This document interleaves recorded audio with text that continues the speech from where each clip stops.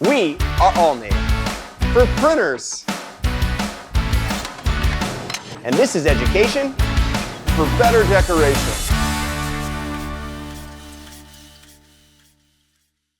Whenever applying heat transfers to fabrics, we want to take into consideration how those fabrics are made and whether they may dye migrate. When we look at the Allmade tri-blend fabrics, what we know from our testing is that any of the solid colors do dye migrate. So we want to take extra consideration when we are applying heat transfers to those garments.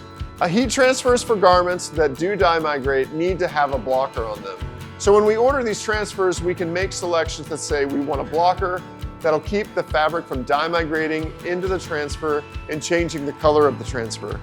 With any of these different types of transfers, we're going to set our heat press temperature between 290 and 320 degrees. Best case scenario is you are using a heat press where you can set the pressure digitally. Otherwise, you're going to be turning a manual pressure knob, not knowing exactly what your pressure is. You can be using too much pressure or too little. Too much pressure generally leaves iron marks in the form of your heat press that don't look good, and if your heat press is too hot or your pressure is too high, those lines don't come out because they've either melted or scorched the fabric. If you use too little pressure, oftentimes that heat transfer might come off in the wash and generally make your garment not look very good. Now, this bottom logo does not have the blocker behind it.